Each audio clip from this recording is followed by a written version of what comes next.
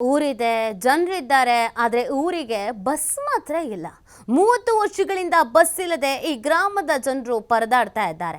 ಬಾಗಲಕೋಟೆ ಜಿಲ್ಲೆ ಬೀಳಗಿ ತಾಲೂಕಿನ ಗೋವಿಂದಕುಪ್ಪ ಗ್ರಾಮದ ದುಸ್ಥಿತಿ ಇದೆ. 1500 ಜನಸಂಖ್ಯೆ ಹೊಂದಿರುವಂತ ಗೋವಿಂದಕುಪ್ಪ ಗ್ರಾಮ ಪ್ರತಿನಿತ್ಯ ವನವಾಸ, ಗ್ರಾಮಸ್ಥರು ಶಾಲಾ ಮಕ್ಕಳ ಗೋಳಾಟ, ನಿತ್ಯ 4 ಕಿಲೋಮೀಟರ್ ನಡೆದುಕೊಂಡೇ ಹೋಗುವಂತ ದುಸ್ಥಿತಿ ಇದೆ.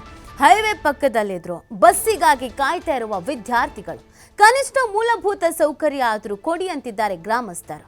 ನೋಡಿ, ಇಲ್ಲಿ ಬಸ್ಸಿನ ವ್ಯವಸ್ಥೆನೇ ಇಲ್ಲ. ಪ್ರತಿನಿತ್ಯ 4 ಕಿಲೋಮೀಟರ್ ನಡ್ಕೊಂಡು ಹೋಗುವಂತ ದುಸ್ಥಿತಿ.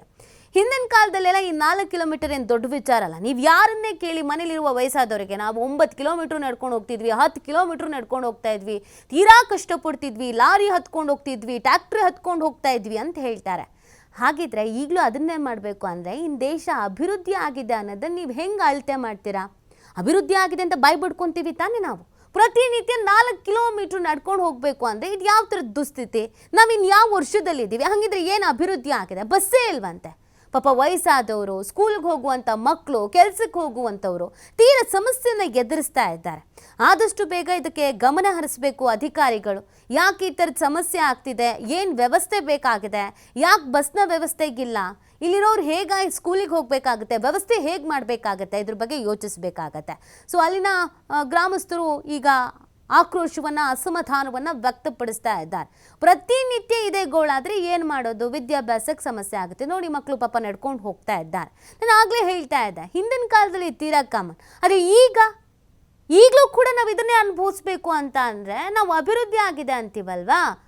ಎಷ್ಟೆಲ್ಲ ಅಭಿವೃದ್ಧಿ ಆಗೋಗ್ಬಿಡ್ತು, ಈ 12 ವರ್ಷದಲ್ಲಿ ಎಷ್ಟೆಲ್ಲ ನಾವು ನೋಡ್ಬಿಟ್ವಿ, ನಾವು ನೋಡ್ತಾ ಇದ್ದ ಹಾಗೇನೆ ಬದಲಾವಣೆ ಆಯಿತು, ಈ ಥರದ್ದೆಲ್ಲ ಹೇಳ್ತೀವಿ. ನಮಗೆ ಈಗ ರೀಸೆಂಟಾಗಿ ಗೊತ್ತಿರೋ ಹಾಗೇನೆ. ಹಾಗಿದ್ರೆ ಇನ್ನೂ ನಡ್ಕೊಂಡು ಹೋಗಬೇಕು ಅಂತ ಅಂದರೆ, ಬಸ್ಸಿನ ವ್ಯವಸ್ಥೆ ಇಲ್ಲ ಅಂತ ಅಂದರೆ ಹೆಂಗೆ ಸಾಧ್ಯ ಅದು? ಪಾಪ ಮಕ್ಕಳು ಪ್ರತಿನಿತ್ಯ 4 ಕಿಲೋಮೀಟರ್ ನಡ್ಕೊಂಡು ಹೋಗಿ ವಿದ್ಯಾಭ್ಯಾಸ ಪಡ್ಕೊಳ್ಳೋದಾದರೂ ಹೆಂಗೆ? ಇನ್ನು ಹಾಸ್ಪಿಟಲ್ಗೆ ಹೋಗಬೇಕು, ವಯಸ್ಸಾದವರು ಇರ್ತಾರೆ, ಇನ್ನೊಂದು ಯಾವುದೋ ಕೆಲಸ ಕಾರ್ಯಗಳಿಗೆ ಅಂತ ಹೋಗಬೇಕು, ಪ್ರತಿ ಒಂದಕ್ಕೂ ಕೂಡ ನಡ್ಕೊಂಡು ಹೋಗೋಕ್ಕೆ ಸಾಧ್ಯನಾ?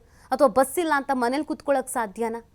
ಯಾಕೆ ಈ ಥರ ಆಗಿದೆ? ಅದ್ರ ಬಗ್ಗೆ ಸಂಬಂಧಪಟ್ಟಂಥ ಅಧಿಕಾರಿಗಳು, ಜನಪ್ರತಿನಿಧಿಗಳು ಗಮನ ಹರಿಸಬೇಕು.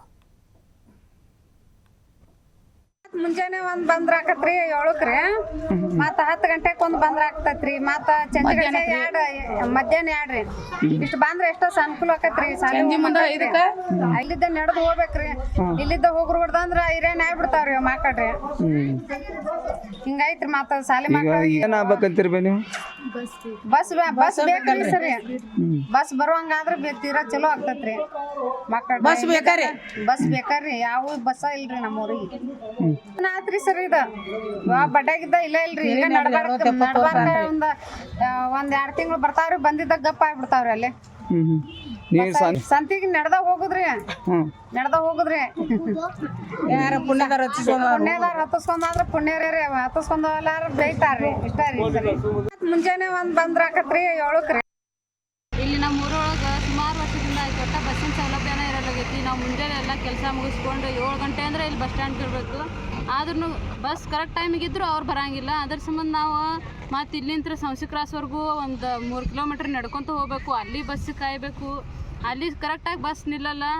ಮೊದಲು ಒಂದಿಷ್ಟು ದಿನ ಸ್ಟ್ರೈಕ್ ಮಾಡೋಣ, ಒಂದು ಅರ್ಧ ವರ್ಷ ನಮಗೆ ಬಸ್ ಬಿಟ್ರು. ಆಮೇಲೆ ಹ್ಯಾಂಗಾಗೇನ ತಮಗೇನು ತಿಳಿತೇನೋ ಈಗ ನಮ್ಮ ಊರಿಗೆ ಬಸ್ ಬರೋದ ಬಿಟ್ರು. ಆದ ಕಾರಣದಿಂದಾಗಿ ನಾವು ಫಸ್ಟ್ ಮತ್ತು ನಮ್ಮ ಊರಿಂದ ಮತ್ತು ಸಂಸಿ ಕ್ರಾಸಿಗೆ ಹೋಗ್ಬೇಕಾದ್ರೆ 3-4 ಕಿಲೋಮೀಟ್ರ್ ನಾವು ನಡ್ಕೊತ ಹೋಗೋದು ನಮಗೆ ಭಾಳ ತೊಂದರೆ ಆಗತ್ತೈತಿ.